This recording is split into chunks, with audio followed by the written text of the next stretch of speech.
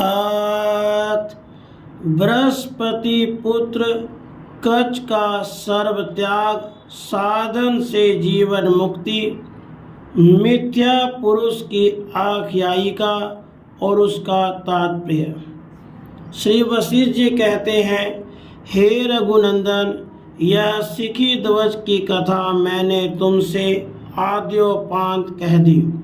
श्री राम, राजा सिखी ध्वज ने जिस प्रकार व्यवहार करते हुए राज्य किया, उसी प्रकार तुम भी राज्य व्यवहार करो। सिखी ध्वज की तरह ही बृहस्पति के पुत्र कच ने भी ज्ञान प्राप्त किया था। श्री रामचंद्र जी ने पूछा, हे भगवान, बृहस्पति के पुत्र समस्त वैभवों से परिपूर्ण कच ने जिस क्रम से ज्ञान प्राप्त किया था, उस क्रम को संक्षेप में मुझसे कहिए। श्री वशिष्ठ जी बोले, श्री राम, देवताओं के आचार्य बृहस्पति के पुत्र श्रीमान कच ने राजा सिखी ध्वज की तरह सर्वोत्तम ज्ञान प्राप्त किया था। इसकी कथा तुम सुनो। कच का भी बाल्यकाल समाप्ति हुआ था और ज्यों ही यौवन आरंभ हुआ, त्यों ही वह संसार सागर को तर जाने के लिए कटिबद्ध हो गया। वह पद और पदार्थ का यथार्थ ज्ञाता था। वह अपने पिता बृहस्पति से कहने लगा। कच ने कहा, हे भगवान, सब धर्मों का ज्ञान रखने वाले पिताजी, मैं संसार रूपी जाल से कैसे बाहर निकल सकता हूँ, यह बताइए। बृहस्पति बोले, पुत्र, अनर्थ रूप हजारों मगरों के निवास स्थान इस संसार सागर से किसी प्रकार के उद्वेग के बिना किए गए सर्व त्याग से तत्काल ही प्राणी बाहर निकल जा सकता है। श्री वशिष्ठ जी ने कहा, श्री राम, अपने पिता का यह परम पवित्र वचन सुनकर कच सब कुछ परित्याग करके एकांत वन में चला गया। पुत्र के चले जाने से बृहस्पति को चित्त में जरा भी उद्वेग नहीं हुआ, क्योंकि जो महान होते हैं उनका मन संयोग और वियोग दोनों में सुमेरु पर्वत के समान अचल रहता है। वन में जाने के बाद उसे जब 8 वर्ष व्यतीत हो गए, तब किसी महारण्य में उस कच ने अपने पिताजी का दर्शन किया। कच ने पहले अपने पिताजी की विधि पूर्वक पूजा की, फिर उन्हें प्रणाम किया। बृहस्पति ने भी अपने पुत्र का आलिंगन किया। इसके बाद कच ने अत्यंत मधुर वाणी में बृहस्पति से कहा। कच ने कहा, पिताजी, मैंने जो सर्व त्याग किया है उसका आज यद्यपि 8वां वर्ष है, फिर भी मुझे अभी तक निर्मल शांति प्राप्त नहीं हुई। श्री वशिष्ठ जी बोले, श्री राम, कच अरण्य में इस प्रकार दिन वचन बोल ही रहा था कि सभी का त्याग करो, सभी का त्याग करो। यूं कहकर बृहस्पति आकाश में जाकर अदृश्य हो गए। बृहस्पति के चले जाने के बाद कच ने अपने शरीर से वल्कल आदि का भी परित्याग कर दिया और शरत काल के आकाश की तरह दिगंबर हो गया। वह अनावृत दिशाओं में रहने लगा। उसका शरीर शांत और शून्य हो गया था। वह श्वास मात्र ले रहा था। 3 वर्ष के बाद किंचित उसने किसी एक जंगल में फिर अपने गुरु उन्हीं पिताजी का दर्शन किया। भक्ति से उसने अपने पिताजी का पूजन अभिवादन किया।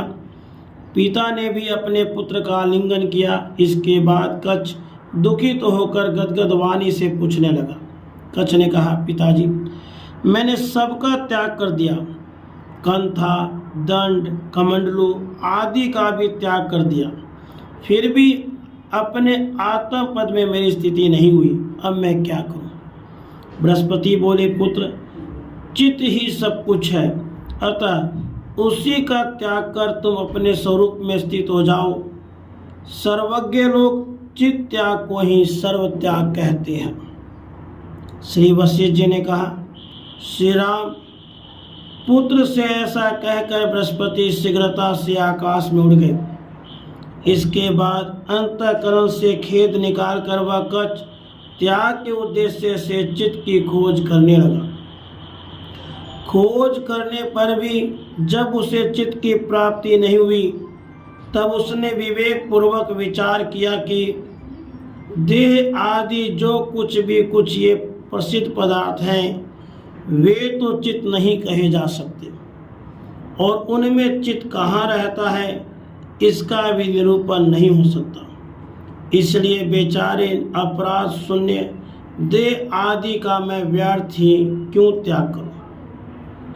इस परिस्थिति में जब चित्त स्वरूप महाशत्रु को जानने के लिए पिताजी के पास ही जाता हूँ, उनसे जानकर मैं इसका त्याग करूँगा। उसके बाद शीघ्र ही समस्त शोकों से मुक्त हो जाऊँगा। रघुवर ऐसा विचार कर वह कच्छ स्वर्ग में चला गया और बृहस्पति के पास जाकर उसने स्नेहपूर्वक वंदना और प्रणाम किया। फिर एकांत में उसने उनसे पूछा, भगवत चित्त क्या है, इसका आप मुझे उपदेश दीजिए। चित्त का स्वरूप भी बतलाइए जिससे कि मैं इसका त्याग करूं। बृहस्पति जी ने कहा, आयुष्मान, चित्त तत्वज्ञ महानुभाव अपने अहंकार को ही चित्त जानते हैं। अतः प्राणी को जो यह भीतरी अहम भाव है वही चित्त कहा जाता है। कच्छ ने कहा, 33 करोड़ देवताओं के गुरु महामते, अहम भाव ही चित्त रूप कैसे हो सकता है, उसे मुझसे कहिए। योगियों में श्रेष्ठ, मैं तो मानता हूँ कि इसका त्याग इतना संभव सा है कि किसी प्रकार सिद्ध हो ही नहीं सकता, इसलिए इसका त्याग कैसे होगा। बृहस्पति जी ने कहा, पुत्र, अहंकार रूप चित्त का त्याग तो फूलों के मर्दन से भी और नेत्रों के मिलन से भी अत्यंत सुलभ है। अतः इसके त्याग में तनिक भी क्लेश नहीं है। इसका त्याग जिस उपाय से सुलभ होता है वह उपाय मैं तुम्हें बतलाता हूँ। जो वस्तु केवल ज्ञान से उत्पन्न होती है उसका परमात्मा के यथार्थ ज्ञान से विनाश हो जाता है। पुत्र, जैसे मिथ्या भ्रम कुछ वस्तु नहीं है, वैसे ही अहंकार में वास्तव में कुछ भी नहीं है। अज्ञानियों के दृष्टि से यह उसी प्रकार असत होता हुआ भी सत सा प्रतीत होता है जिस प्रकार बालक की दृष्टि से असत बेताल प्रतीत होता है। जैसे रज्जु में भ्रांति से बिना हुए ही सांप दिखाई देता है, जैसे मरुभूमि में बिना हुए ही जल दिखाई देता है, वैसे ही अज्ञान से अहंकार भी मिथ्या ही प्रतीत होता है। एक आदि और अंत से रहित चैतन्य मात्र, सभी ओर से निर्मल, आकाश से भी अत्यंत स्वच्छ सर्वानुभव रूप परमात्मा ही सत्य वस्तु है। सभी जगह और सभी प्राणियों में निरंतर सब ओर से प्रकाश करने वाला वही एक विज्ञान आनंद घन परमात्मा उसी प्रकार प्रकाशित होता है जिस प्रकार समुद्र की चंचल अनंत तरंगों में जल। विवेक पूर्वक विचार करना चाहिए कि यह अहंकार नाम की कौन वस्तु है और किस प्रकार किससे उत्पन्न हुई है। अज्ञान के कारण ही यह प्रतीत होता है, अतः मिथ्या है। इसलिए पुत्र, यह देह आदि मैं हूँ, इस तुच्छ परिमिताकार और देश काल से परिचिन मिथ्या विश्वास को छोड़ दो।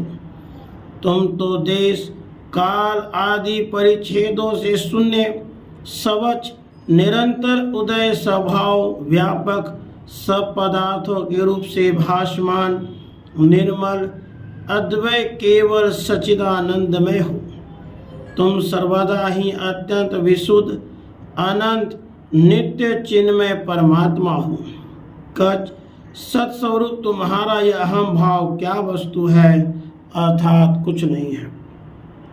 श्री वशिष्ठ जी कहते हैं, श्री राम, देवगुरु बृहस्पति से अपनी आत्मा को परमात्मा के साथ एक रूपता से संपन्न कराने वाला उत्तमोत्तम इस प्रकार का परम उपदेश पाकर उनका पुत्र कच्छ जीवन मुक्त हो गया। जिस प्रकार बृहस्पति का पुत्र कच्छ ममता और अहंकार रहित, अज्ञान मूलक, जड़ चेतन की ग्रंथि से रहित और परम शांत बुद्धि होकर ब्रह्म में स्थित रहा, उसी प्रकार तुम भी निर्विकार होकर स्थित रहो।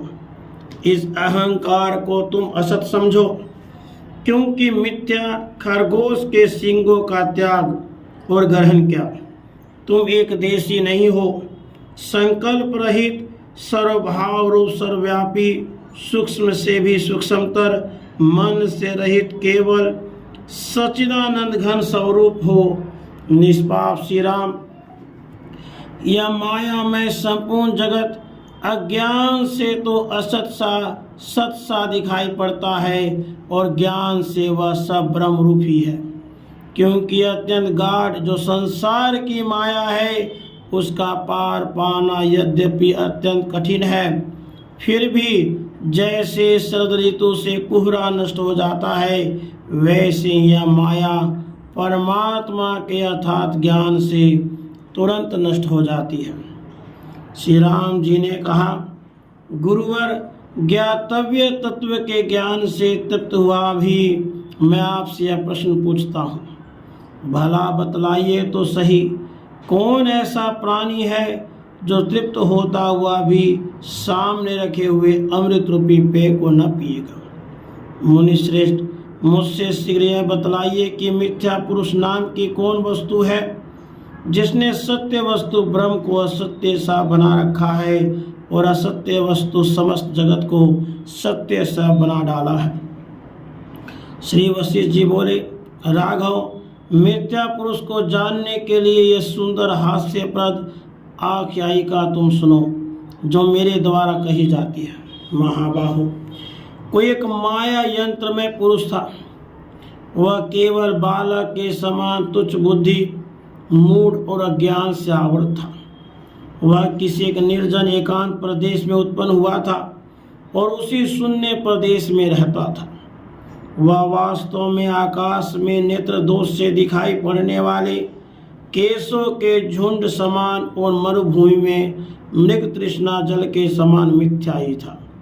वहाँ वृद्धि को प्राप्त हुए उस मिथ्या पुरुष के मन में यह संकल्प उत्पन्न हुआ कि मेरी प्रिय से प्रिय वस्तु आकाश है, अतः उसे कहीं पर रखकर स्वयं मैं ही उसके बड़े आदर से रक्षा करूं। इस प्रकार विचार करके आकाश की रक्षा के लिए उसने घर का निर्माण किया।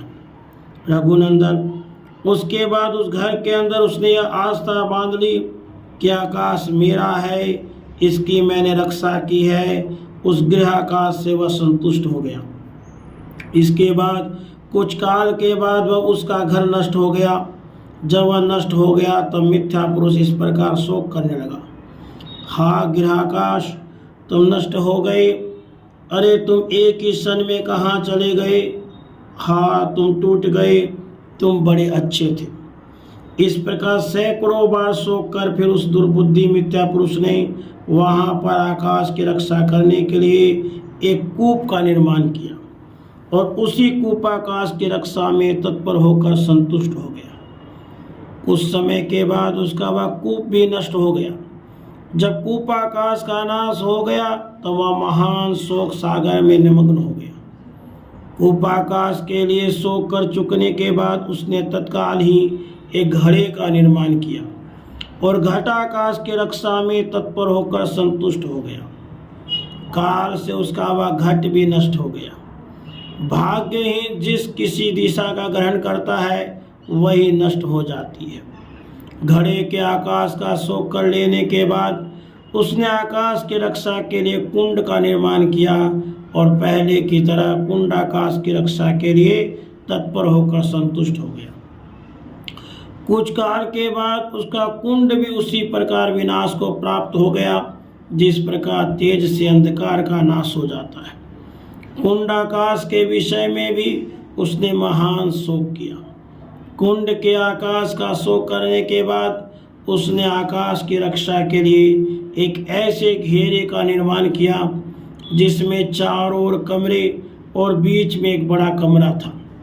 फिर उसी की आकाश की रक्षा में तन्मय होकर वह संतुष्ट हो गया, जिसने अनेक प्रजाओं का ग्रास कर लिया है। समय पर वह काल इस घर को भी खा गया, उससे भी वह शोक निमग्न हो गया। उस चतुर्साल घर के शोक के बाद उसने आकाश की रक्षा के लिए मेघाकार कोठार बनाया। फिर उसी की आकाश की रक्षा में निरंतर संतुष्ट हो गया। उसके उस कुशल अर्थात कोठार को भी काल ने वैसे अपहृत कर दिया जैसे वायु मेघ को अपहृत कर देता है। उस कुशल विनाश के शोक से वह अत्यंत संतप्त हो गया। इस प्रकार घर, चतुर्साल, कुंड और कुशल आदि से आकाश की रक्षा करते हुए उस मिथ्या पुरुष का यह कभी समाप्त न होने वाला काल बीतता ही जाता था। श्री राम इस प्रकार गहन घर, कूप, कुंड आदि उपाधियों से आकाश को आत्म बुद्धि से पकड़कर स्थित हुआ। वह मिथ्या पुरुष गमन आगमन की आसक्ति से मूढ़ और विवश होकर एक दुख से अति कठिन दूसरे दुख में आता और जाता रहता है। श्री रामचंद्र जी ने कहा, प्रभु, मिथ्या पुरुष के प्रसंग से आपने जिस माया में पुरुष का कथन किया वह किस अभिप्राय से किया है और उसके द्वारा किए गए आकाश रक्षण का भी क्या अभिप्राय है, वह मुझसे कहिए। श्री वशिष्ठ जी बोले, श्री राम सुनो, अभी जो मिथ्या पुरुष की कथा तुमसे कही है उसका यथार्थ तात्पर्य तुमसे प्रकट करता हूँ।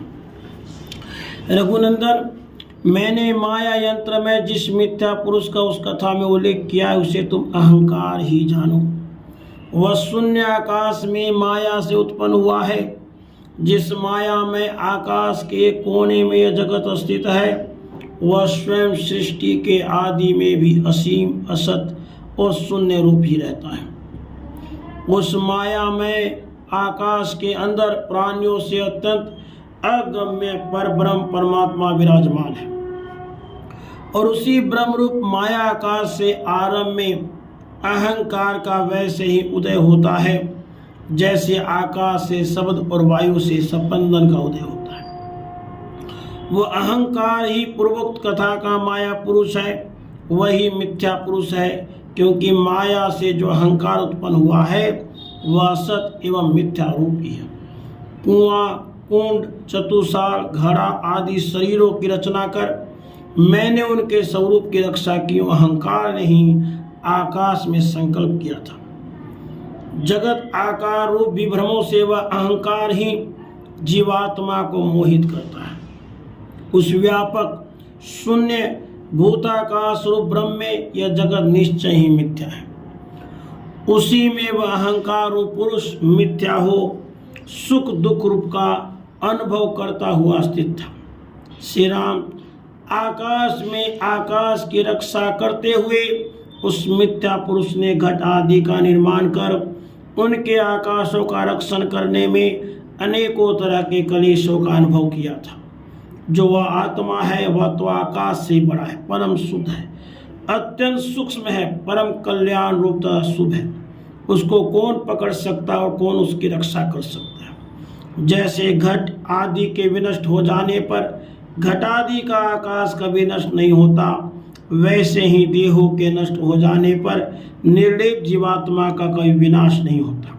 श्री राम, यह आत्मा शुद्ध, केवल, चिन्मय तथा आकाश और अणु से भी अत्यंत सूक्ष्म एवं अहंकार से रहित नित्य सौ प्रकाश रूप चेतनी है।